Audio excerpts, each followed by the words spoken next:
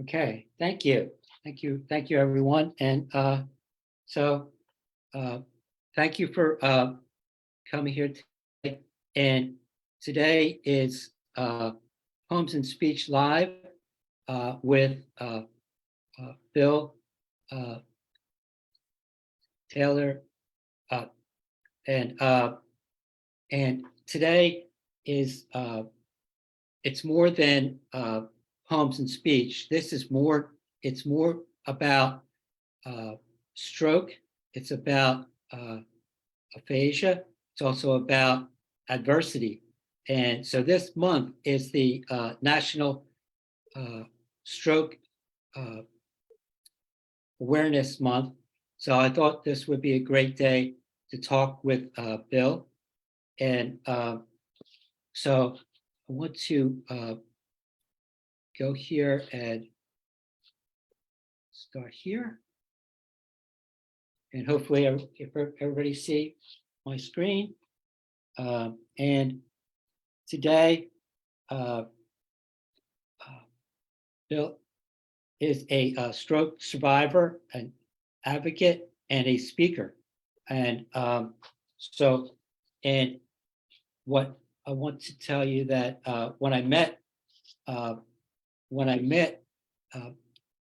Bill, I met him in the Moss Rehab stroke support group, and he came here from a long way. He came from North Jersey and went to and met into Jenkintown, Pennsylvania, and he's going to talk about his story. And so I'm going to ask,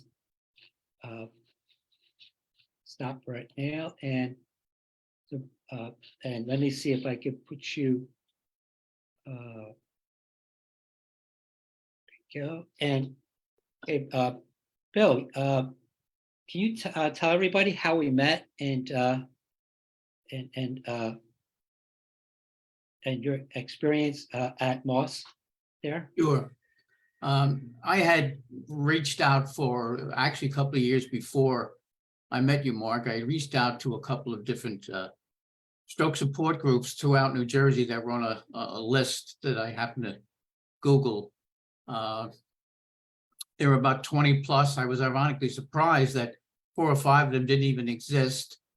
A couple of them actually didn't belong as stroke support groups. If somebody came through as having a stroke, they would be invited. And there were a few that were somewhat interested. I was hoping to be able to put together different stroke groups along the East Coast that we could work together simultaneously and form a bigger group that we would be able to go on. I think this might even be prior to Zoom, but I didn't get much feedback from actually 2 of the biggest hospital chains in New Jersey. Kind of were looking the other way and never returned any of my calls. I then reached out for a couple of different states. And in one particular state, I was embraced by one group, but another group, because it said they were a young empowerment stroke support group. The woman actually had no, I wouldn't say recourse, but she told me right up front that I didn't belong. Oh, Because it was a young stroke support group, and I was pushing at that time maybe 77, and I was somewhat shocked by her response. We've had strokes. The people in her group had strokes. I don't know how young they were. She never alluded to the fact that they were in their 20s, 30s, or 40s. But I was just set back a little by her response. And then doing a little more research, I came across the Moss group, and I contacted you guys. And it wasn't a room of 20-year-olds. There were a few people there that might have been in their 50s, maybe one in their 60s. And I felt quite at home. Just as a matter of information, Jenkintown is the town that the Goldbergs, which is now Left TV, Goldbergs, that's the town that the Goldbergs are supposed to be living in. yes. I took the train out from Secaucus, and my daughter picked me up in Hamilton, New Jersey. And she took me there, and we had a good meeting. I was proud and happy to work with you guys, and I've been attending their meetings every month ever since.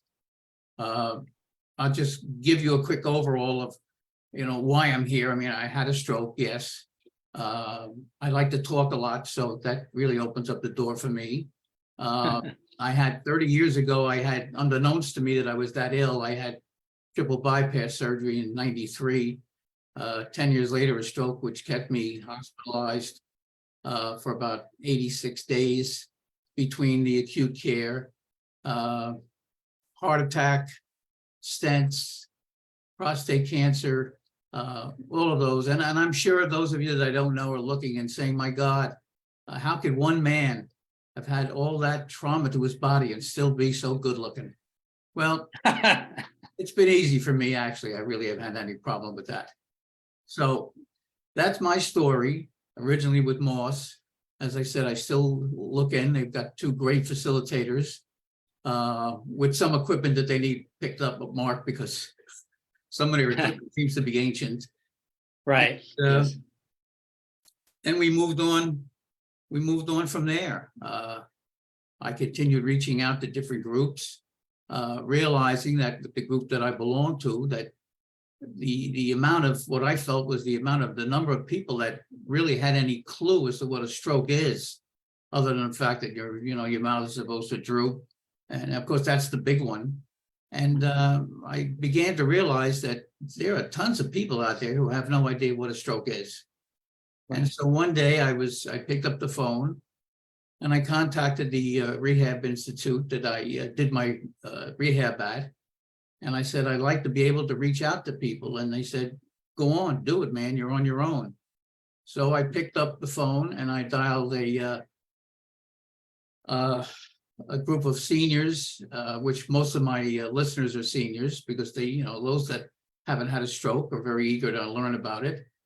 And I contacted a place in Hanover, New Jersey, sometime at the very late or early 2012. And since then, unfortunately, with the pandemic and being a little ill with the prostate, it's been about 4 years, a little more than 4 years, maybe, that I was able to reach out. But I've done about 3 last month. Thank God I'm back in the saddle again. Nice. And I've seen about, well, I'm one shy of having 200 groups that I've spoken to. And the total number of people is over 13,000. Wow. So I'm proud of that. I'm not bragging about it. I'm not patting myself on the back. It's just been great being able to see those people and bring that information to as many people as I possibly could. Yeah, and I'm glad that that when you came to when you went to Moss Rehab, because the support group is the young empowerment support group, and so I'm glad that when we were there, that they didn't say that we were too old. I'm glad that, because it's talk about it's a young group, but I think you're as old as you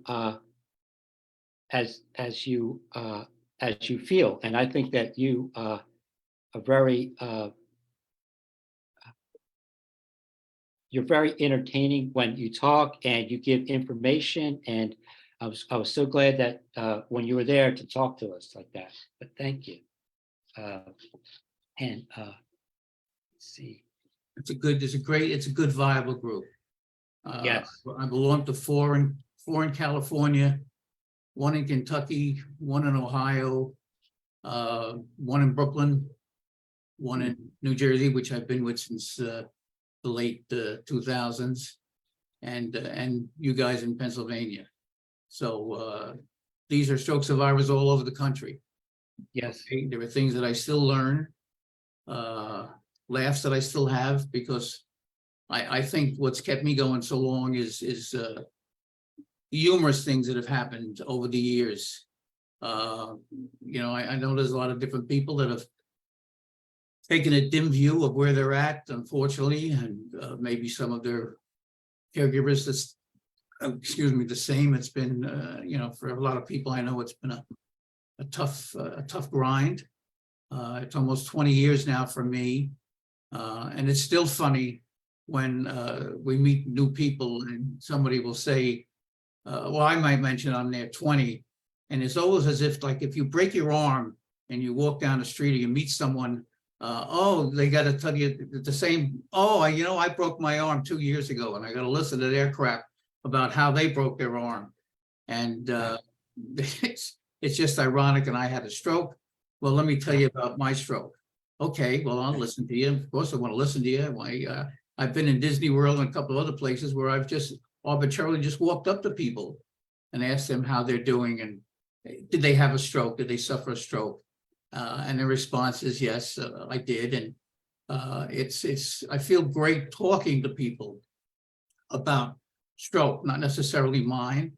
I mean, there are maybe all going to the website you get on.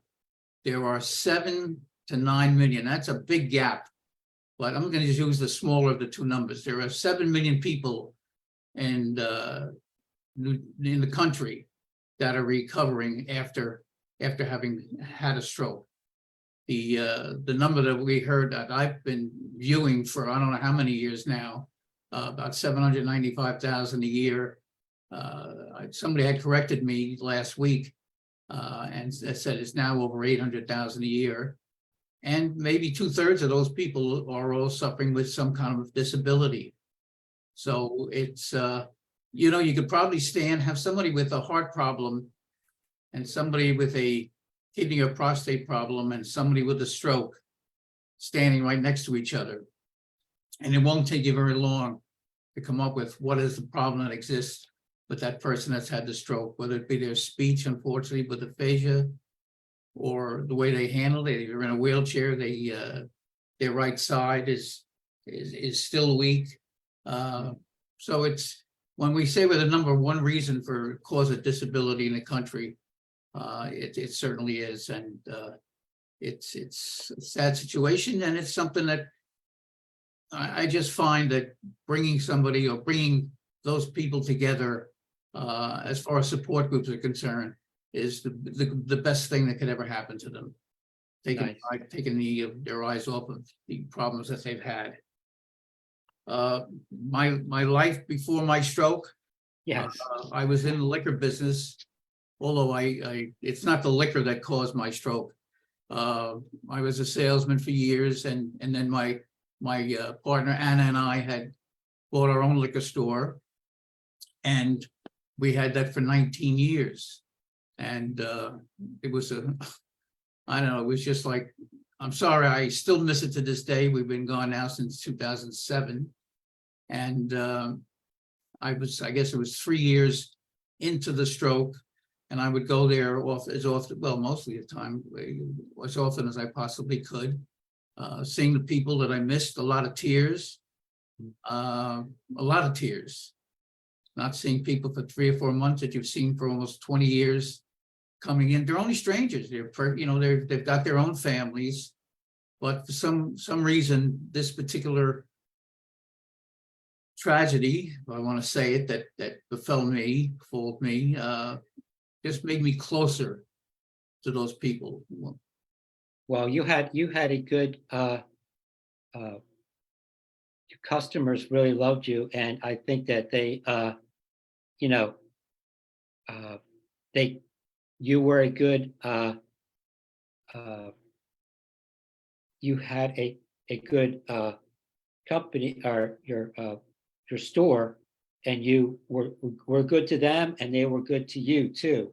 And so I think they if you were in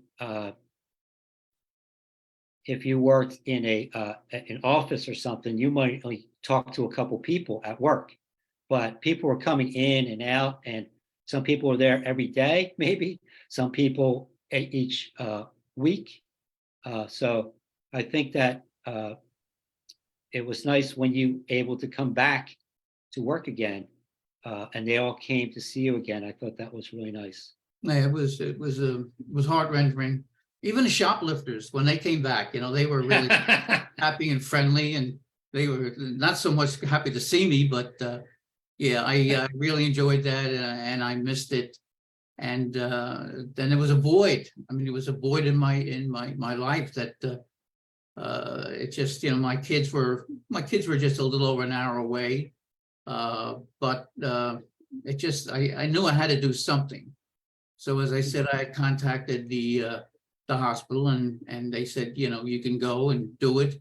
And that's been the prime mover for me. I mean, even if you only volunteer at a hospital, preferably if it can be done in an area where I was, where you had been as a Right. rehab patient, and seeing and relating to the caregivers and the parents and the grandparents and the kids that come by.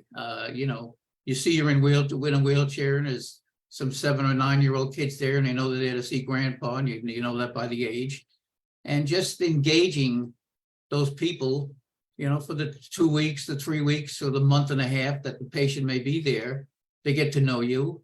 And volunteering is a real, I don't know how the hell to explain it. I mean, just being able to give from yourself to other people that are going to be facing that same dilemma that you faced back in 2003. It's when I had mine. And it just goes a long way. It just goes a long way. It's evangelical, so to speak, for some people. Just being able to have people that you can maybe soothe their feelings, calm them down a little. Listen, yeah, I'm talking, okay, and I'm walking occasionally. So it doesn't have to be that your loved one is going to be trapped within his own body forever. It just goes a long way in letting people feel that much better. And I think on the next question, let's see. So, yeah. When Well, you became to advocate, did you think that you would be doing that before? Or was it because things were happening that were happening to you, and then you was like, well, this must happen to a lot of people, and you want to help other people too? Is that how you became an advocate? basically, Mark, I would attend as many, and my wife drove thousands and thousands of miles over the years. We would go to different functions by the American Heart Association. One in particular that to this day, I forget what year it was before I began speaking. We were in the Trenton area, and the American Heart Association was, and after it was over, I asked the young lady who was speaking what she could tell me about what information there was for children.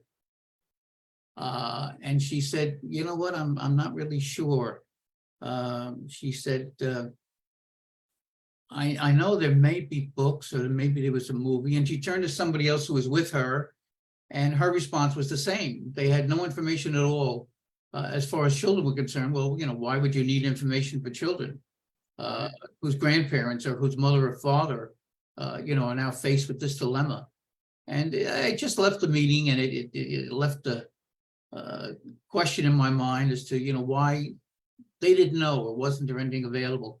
And that went on at different places that I was. And ironically, one day, just as an example, I went to the library where I live, and I wanted to see if they had a book. I think it was called either My Grandpa or Grandpa Had a Stroke. And I walked up to the desk, and was going to help you, sir. And I said, Grandpa had a stroke, or my grandpa had a stroke, without thinking prior to you naming the book title. Instead of saying, yes, you can help me, I'm looking for. And I said to her, my grandpa had a stroke, and she's, oh, I'm terribly sorry. And then she went into this whole dissertation about how she felt badly. She felt that my grandfather had a stroke, until I had to explain to her, no, I'm looking for this particular book. Had nothing to do with my grandpa at all, which I thought I'm looking at the face. I don't see anybody thinks it's very amusing, but it really was, it was amusing, very amusing for me. I think that I'm sorry. I want to, maybe we can go back to Jen. Or maybe is it all right to ask Jen? Jen, you were you were young when you had your stroke, and Quinn is Oh, yeah. very young. Was there any books about that that Kevin could read for Quinn? Any books like that? Some of the books that Quinn used or that we Well, used for, So think about a stroke, something to talk, to talk about a stroke, to read it to Quinn. oh, yeah. Oh, yes, we did that. Yes. This was like, because Quinn was only 14 months. And, it was, I was really wanted, it took me six years to even try to even get a baby. But, and then when I had, so I did gratefully had a pregnant and had, but then I had a stroke. So I was, my whole life was just to kind of, bring him all of my, learning or, lever, bed, reading books at night, like bed night, all the, bed nights, bedtime, Right, but yes. but yes, it was kind of awesome. But what we did, we kind of helped me as bringing the smalling books. And then, so, every day we would started with me trying to learning to helped me to read and bring Quinn in together. And now it's kind of, it still happens every day. So we start reading every night. And now he reads so much better than me. He still does. He's 8. So I just feel, I try. I mean, obviously, he's so good. He's doing so much good. It's great. Yeah, he's really good. Well, thank you sharing that. 14 months. Wow. And, all right. I know that I think somebody from your family might have stopped in here, and I think, but can you talk about your family, their reaction to your story about your stroke? How, can you what's their role about your recovery? Well, like, I'm sure like everybody here that has had a stroke, the families are devastated. If I had a heart attack, okay, if I broke my arm, if I had to have my knee drained, whatever the case may be. But having the stroke, of course, is such a catastrophic incident, and not only for the stroke survivor, but the caregiver at the same time. Their lives are turned upside down also. When you're talking about people who are, my age or in their 60s, I guess most men are, they're the drivers. We drive our cars. We're the word I'm looking for. I'm not going to find. That's part of the aphasia situation. But we're the male dominant member of our families, and now we're not. And now, unfortunately, we've got to turn our back. And my wife, or anybody's wife or husband, unfortunately, who may have a job, who may be working somewhere else, and now they're faced with taking this particular, the one they've loved for 30, 40 years, 10, 15, whatever it may be. Yeah. And now they're faced with caregiving for this particular loved one that they have. Now they're forced to do cooking. Now they're forced to go to the dry cleaner. Now they're forced to do so many different things that your partner took care of, which just turns your world upside down. It really does. I think the caregivers, yeah, I had a stroke. Did I not take care of myself? Yeah. Is that the reason that I had my stroke? I'm not really sure. I had high blood pressure. Didn't take care of myself. High blood pressure being the largest cause of strokes that there are. But on the other hand, people that I took care of, we lived 45 minutes away from where my place of business was. So in order for me to go to rehab, then my wife had to find a place close to our business that she would be able to see me. Not that she was going to find a place up in North Jersey. So you're faced with that particular situation. Number one, big deal. Or you got to find another rehab place from, and then you've got to research the place that you're going to put your loved one in, where they're going to spend their time. Unfortunately, it's just one decision after another. That's so very difficult. They let me go home 1 week before I left on New Year's Day, 2004. My stroke was on October the 9th, 2003. Actually, I guess something was happening the night of my birthday, which was October 5th. You might want to mark that down, everybody. My birthday, October 5th, okay? The day of my birthday, we went out to dinner. And in the middle of dinner, all of a sudden, I just felt totally drained. Like there was no pain. I just felt all of a sudden like, whoa, something's coming over me. I don't know what it was. And it was gone in a few seconds.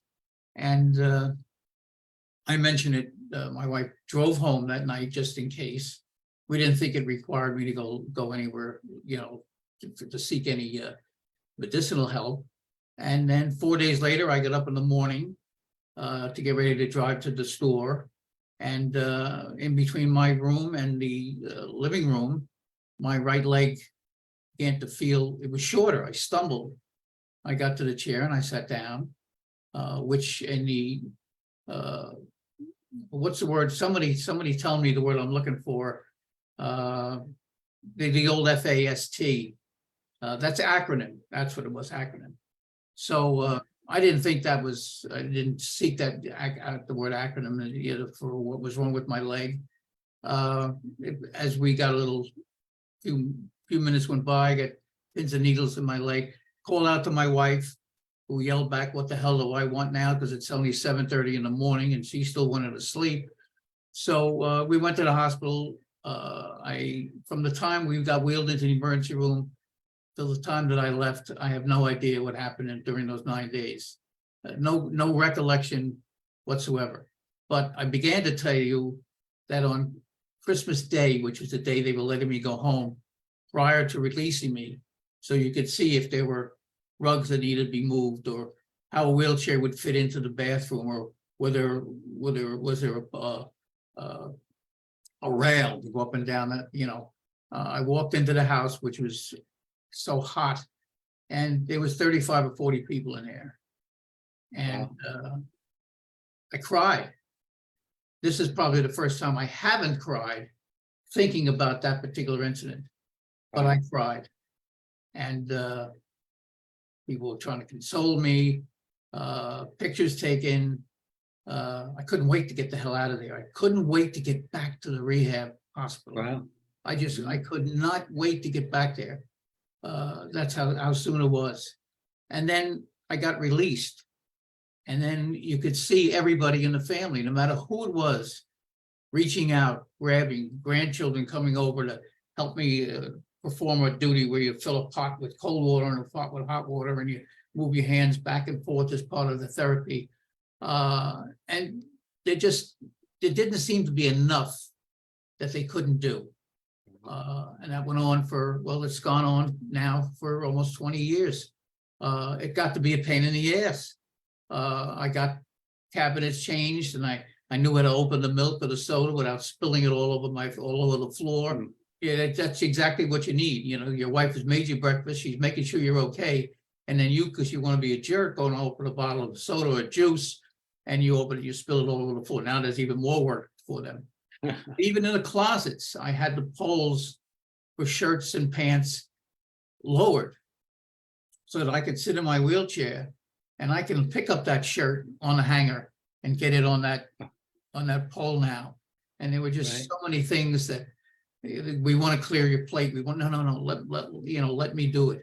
So I'm sure, like most of us here, everybody wanted to swarm around you, be your best helper, not take no for an answer. No, forget about it. I'm going to do this for you. And you wanted to sit back and say, no, please, I can do it myself. But so my family did rally around me and still do for that, for that. My son, yes, my son took us to church this Sunday. He lives in Princeton. Okay, we knew we had no ride. He drove from Princeton to Fort Lee, New Jersey, took us to church, took us home, and then drove back to Princeton again. So 45 minutes in between. And he's an atheist, so we didn't find him in church, that's for damn sure. And so everybody's had, if you stop and think about what your family has done, all magnanimous gestures on their part.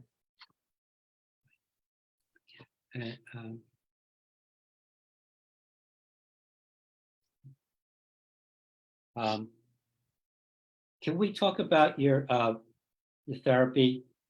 Because you can, and on this slide, it just talks about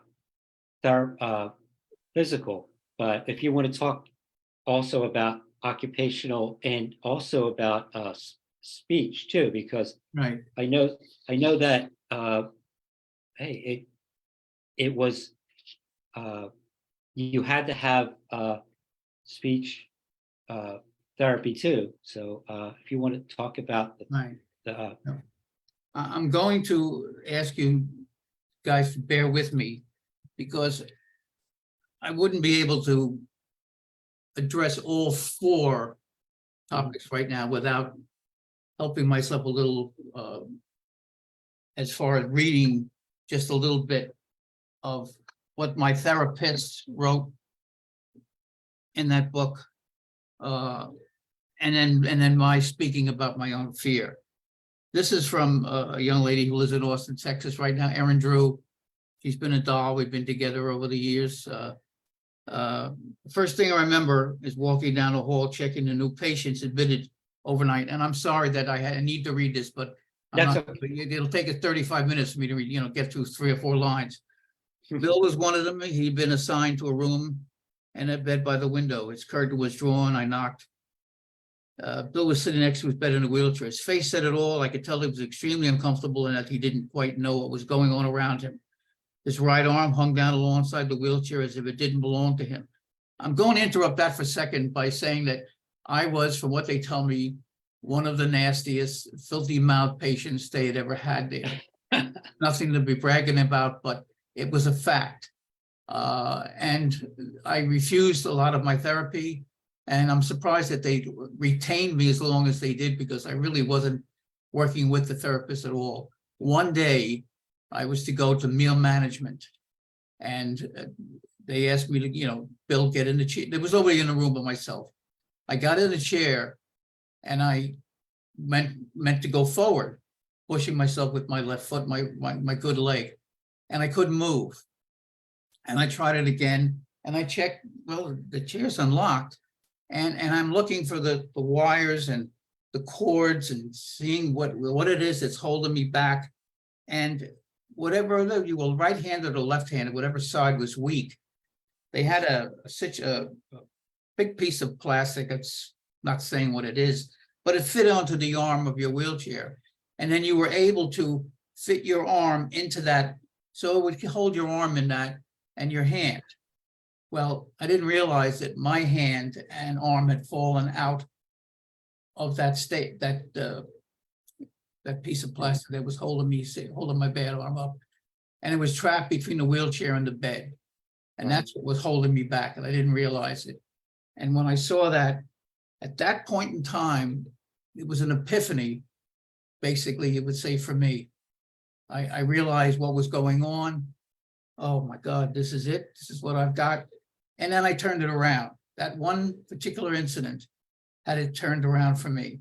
So that opened my eyes to how much further I had to go. Now, I'll go back to the story. I'm sorry. I Yeah, if you introduced could, myself. if you could, can you just read it a little slower? Oh, I'm Yeah. sorry. Thank you. Okay. I introduced myself and I told him I needed to observe him eating breakfast. He tried to answer, but he had a great deal of difficulty getting the words out. She cleaned my nose. She wiped my mouth. He brought a cup up to my mouth as I watched, liquid pouring down the right side of his face. He didn't notice that his nose was running. He didn't seem to mind that a stranger, yeah, turning pages, we know how much of a pain in the butt that is. That a stranger was wiping his nose and his face. Leaving Bill's room this morning, I knew that I was going to have my hands full. And over the next weeks and months, he erased every fleeting doubt that had entered my mind that first day. He followed through on everything the therapist told him. He became a completely different man than the one I met that first morning.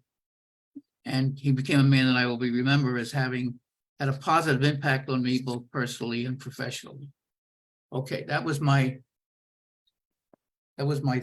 speech therapist. Yes. Okay. I'm gonna try and do this as quickly as I can. My physical therapist, Howard Cantor. First few weeks of Bill's recovery was extremely difficult for the staff and for him and his family. The stroke had left him with no active movement or functional use for his right arm and leg. He lost his sense of balance. He also weighed in at 260 pounds. I'm only 5.5 feet tall. 260 is a freaking whale. That's what I was. I'm back down to 175 now. I'm really an attractive looking man. Getting him from the bed to the wheelchair onto the mat was very difficult. The stroke didn't confuse him, but the pain did. In the first days of working with him, none of us would have bet on his ability to return to an independent lifestyle. Not one of us would have predicted the progress he made. We couldn't even have imagined him at the point he is today. That was my physical therapist. I'm getting there, guys. No, that's good. And you had an epiphany to Right. that you're able to turn yourself around. And that was, I must have Yeah, hit that was- something, Mark, because I just canceled out the website, everybody in front of me. So all I see now is a big word that says Zoom, but can everybody still hear me? we can hear you. Yeah. Can you hear me? Okay. Yes. Yeah. Okay. All right. Occupational therapist. You know, she needed to get up, get me dressed. He was hemiplegic, paralyzed on one side, had trouble speaking. I took a deep breath and entered his room. His injuries, because he was too depressed to meet my eyes or even respond to my presence. Getting him up, that was hard. I explained to Bill that we're working on his bath when an occupational therapist did, and my plans were for his morning. His face forwarded to frowned in frustration. He turned his head away and mumbled, "I can't." On the brush, there. Then he sighed and closed his eyes. Oh, Christ, we got a lot of work ahead of us. That routine was repeated day after day, week after week. Though Bill did recover, his level of functioning improved steadily, so did his attitude and his will to recover. I can honestly say after my initial encounters with him, I did not think his outcome would be such a positive one. I'm glad that he proved me wrong. And the last thing, I'm sorry, It's okay. is this is too long, but this is the fear that I had. I felt afraid from the time I realized that I'd had a stroke. I was terrified in my living room waiting for the first aid squad to arrive. I remember the strobe lights from the concerts and shows when I was younger. And it was like that, kind of in and out, always out of sequence, always weird. I was afraid I was going to die. Later, I was afraid that I wasn't going to die, but that I would become some kind of vegetable, some horrible limp thing on the outside that had to be taken care of, while the real me was inside, would helplessly know how different I was from before. Moving my bed to my wheelchair, I was afraid that I would fall down and break my hip or one of my legs or arms. When I had to stand, I was afraid I could not hold my balance and no one would catch me before I hit the floor. I was afraid no one would hear me if I called for help. I was afraid that I wouldn't be able to call for help if I needed it. Fear is exhausting. I was ashamed of my fears, and that was even more exhausting. They're not manly. I'd always been manly.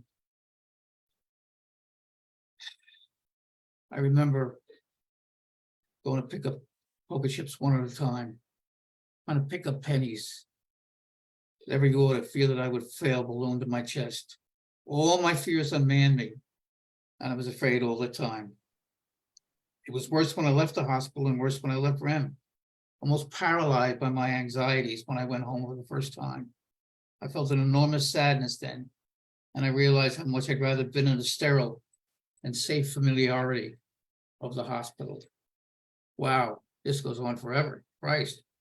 All right, I thought I was home. The worst was over. She thought that she could stop being so afraid, that she could relax a little and even have a drink or two at the end of the day. I would watch her drink, watch her relax, and then my worries would escalate. What if after drinking she would fall asleep too deeply to hear me if I needed her? What if there was a fire and she was asleep and didn't notice? I couldn't move myself as I lay in bed in the dark of the night. I stopped taking my sleeping pills. I hid them under my tongue until it was safe to get rid of them. I was afraid that I would sleep through some danger that would kill me. Wow. Each one of these fears was hideous.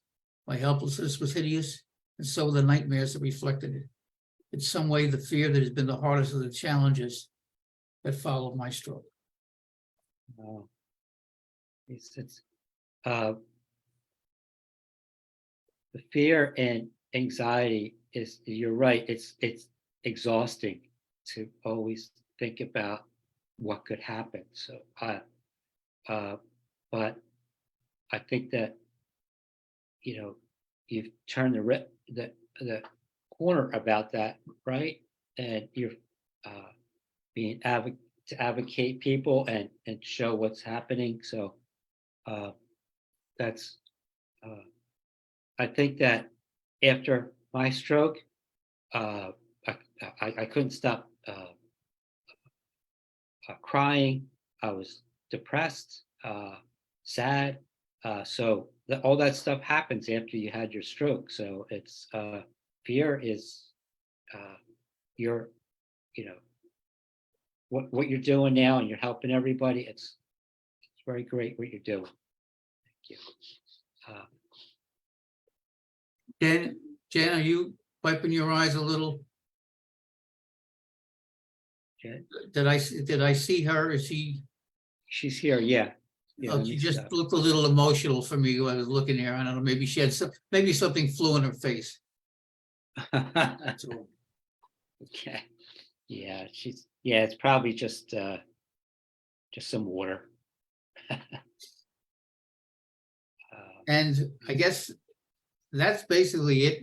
A few people have asked me about working on a new book, and maybe I would have done that if I hadn't gotten involved in the advocating that I did. But it's been, I guess, 11 years since I started doing that, give or take, last 4.5 years. And it's not like I was out every, 365 days a year advocating. You would call people up and you would ask them if they'd be interested. Some people are very funny.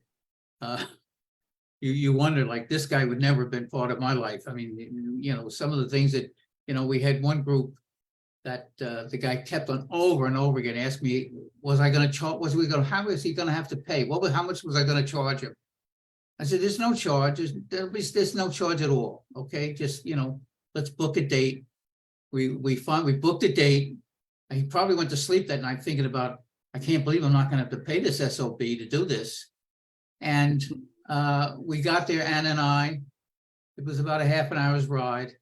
And we prepared to go into the room. We could see the audience in there. And he grabbed us on the outside. He says, can you do me a favor? I almost forgot that today the PBA is buying lunch for our group. And I didn't want to have anybody in it that they didn't know, that they thought might be mooching on the lunch. So that guy actually had me and Anna wait outside for 45 minutes while the group that I was going to address had their lunch.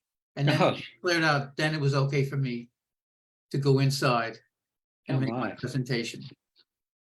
And it's just funny. I don't want to, there may be some people have questions. I did want to mention Yeah. one more, which was the Yeah. highlight. The 5 stupidest people in the world, this son of a bitch is number 1. Okay. We had a drive of an hour and 15 minutes to get to this place. And over and over again with this guy, when I was going to, 4 times he canceled presentation. So finally we set on a date. Anna and I arrive. I tell them who I am. They've got a desk outside. People are signing in. And I let Anna go inside in case there were a few people we might have missed early. And I'm sitting outside with all of the literature that we pass out. And somebody comes in from the audience and he says, listen, we don't have a speaker today. I said, oh, yes, you do. And believe it or not, I'm it. Well, Wow. we canceled the speaker and we canceled the pizza. Well, I myself would have been more upset if they had canceled the pizza. But I said, no, listen, pal, I forget his name again. I see his name because there's somebody with the same name belongs to our church. And I said, I spoke, this was the date was, oh, all right, give me a few minutes. So then he comes back with 2 more people and they asked me if I could do the presentation in 15 minutes. I said, no way, no. I didn't drive down here from Fort Lee, Wow. an hour and 15 or 20 minutes to spend 15 minutes. So he says, all right, okay. So I go in and I start making the presentation and here comes the guy that I've been negotiating with. He comes in, comes next to me, and he wants to introduce me, but he doesn't remember my name. Somebody from the audience had to tell, it's Bill Dailey. Oh, okay, Bill. So later on in the presentation, he goes over where they're selling whatever they call them, you buy little tickets to win a prize, a cash prize. And he comes back next to me and dumps the whole damn bag in front of me, some of them going on my papers, and putting them in order while I'm trying to speak less than 3 feet away from him. And near the end of my presentation, somebody in the far right calls his name. I hear that. I happen to look at it, corner of my eye, and the guy that's in the audience is going like this. Me. Cut him Yeah. off. Okay. The bottom line is, the reason he got there late was because he was at a funeral for a member of the Public Works Department. And what did this guy die of? A stroke. Oh my. Jeez. God strike me dead. Oh, jeez. That boy, he really pissed me. He's the number 1 out of all the ones that I've had. And you know, it's funny, but you're giving away something for nothing. And yet I made one presentation, and I was telling a story about a phone call we got while we were traveling down Route 80. And a man came on the phone. He said, are you Bill Dailey? I said, yes. He said, listen, there's a woman in our group who sat in on one of your presentations, and she was embarrassed to call herself. She wanted to thank you because her husband had a stroke about 3 weeks after that. And if she hadn't recalled what you had said, she would have fallen apart. She don't know what she would have done. And I said, well, that really made me feel good. 30 seconds later, a woman in the audience in the back, this is a town that's 20 minutes away. She stood up and she says, Mr. Dailey, I'm that woman. I said, oh my God. Just, unfortunately, I got chased out of there, and I never got an opportunity to say hello to her, or kiss her on a cheek, or whatever the case may be. So I don't know whether those 3 stories meant anything to anybody, but I had to get them out because 2 of them really pissed me off. Mm. So Mark, I think on my end, I don't know if there's anything else. Does anybody have any questions or comments? I think that, I don't mind the Okay. lady saying that I was right when I said I was adorable. You know, you can choose. yeah, Jen. I was just saying, I was able to read the book. Dorothy got the book first, and then I just kind of snacked it. I just grab it. I was like, let me do it first. I want to read it first before they bring it or give it to somebody else. But I just wanted to let you know that it is wonderful. It was a wonderful book. It was just it was powerful. And it was life. It was just, with pain and sad and laughing, and it's just beautiful. It was just a great book, and I just say that thank you I'm thank you that you were able to, you did your book, and I'm happy that I was able to see it. So Thank you. it was nice. Thanks, Jen. It was great. Yeah, I was really happy that I saw you at MAC Mid-Atlantic aphasia. Oh, But that's Yes. how I learned you. That's how I saw you. So I'm just saying, yeah, this was a great way to see bringing everybody else with advocate. Advocacy. Thank you, dear. Yes. Thanks yes. very much.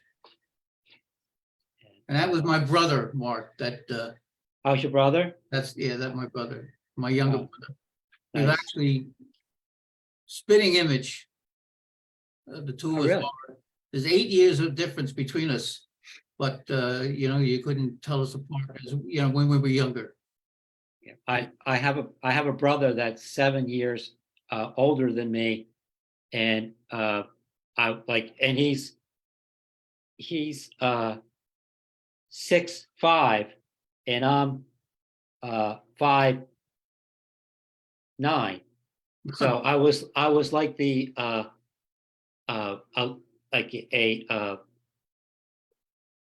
little. I look like him, but I was just a little. I can't say it, but yeah, that was me, but I was smaller. But same way. But if there's, I think that Tom, I think that I don't know if you want to talk to Bill or get some information from him, because I know that you're connecting people with the aphasia, National Aphasia or Aphasia Nation, and you're asking people to connect with that. So Bill has a lot of connections that he when he's talking to different places. Thanks, Mark. Yeah, I got the, that's why I came on today, because of the material you had sent. So I have Bill's email. So I'll send an email after we're done here so we can get connected. Nice. Thank you. Thanks, Bill.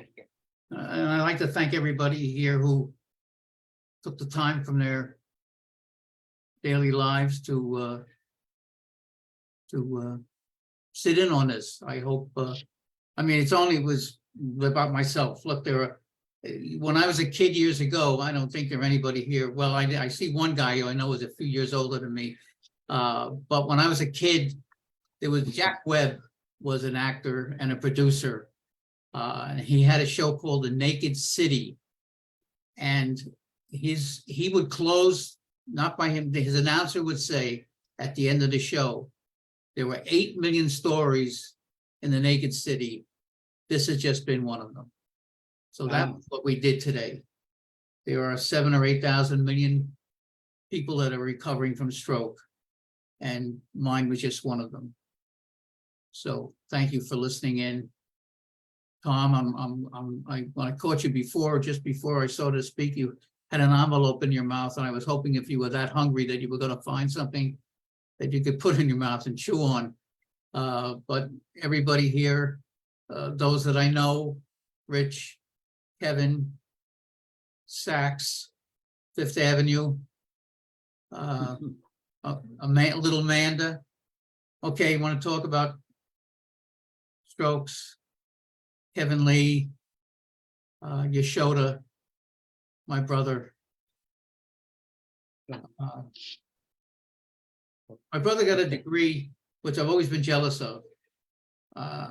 My college background is 3 credits in economics from both Rutgers and the American Institute of Banking. That's it. I have no good background.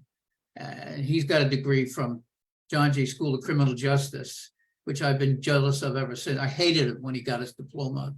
Every time I see a picture of him when he was walking and in his cap and gown, it always pisses me off. But I do want to thank all of you guys, everyone that I know, everybody that I don't know, for being here.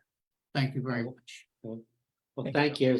If there's no more questions, we'll see you next time. And anybody wants to come again,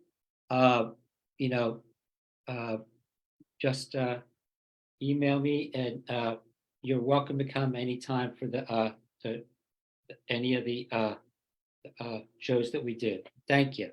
Thank you, Thanks, Mike. everybody. Thank you very Thank much. you. And Thank you. Take care.